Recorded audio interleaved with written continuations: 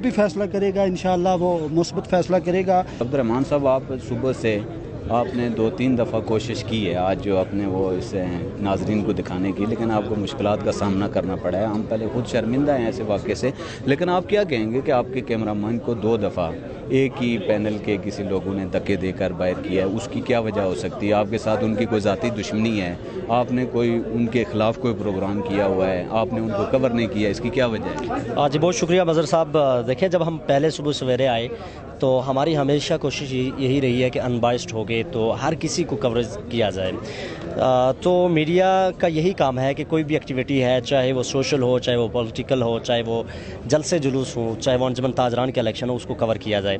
تو میرے 3 کیمرہ مین ہم آئے اور یہاں پہ ہم نے کوشش کی کہ کیمراز لگا کے اچھے انداز میں اس کو کور کیا جائے، تاکہ میں چونکہ نیوز کا بھی رپورٹر ہوں، نیشنل چینل تک بھی فوٹیجز بھیجنی ہوتی ہے اور اپنے چینل کو بھی اس کو لائیو ہم نے چلانا تھا۔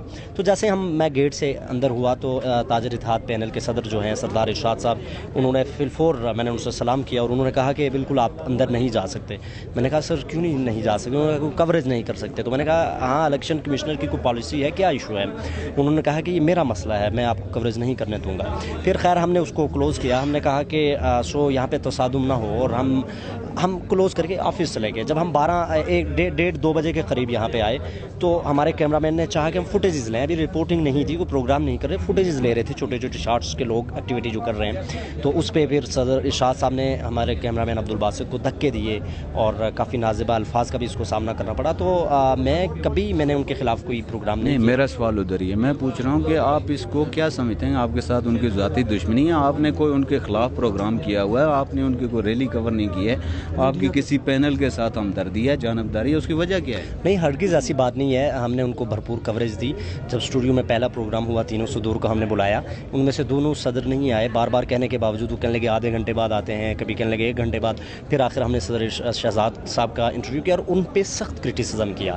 پھر ان کی ریلی کور کی، ان کو مکمل طور پر ہم نے ان کی 2-3 گھنٹے لگا کے کوریج کر کے رپورٹ چلائی۔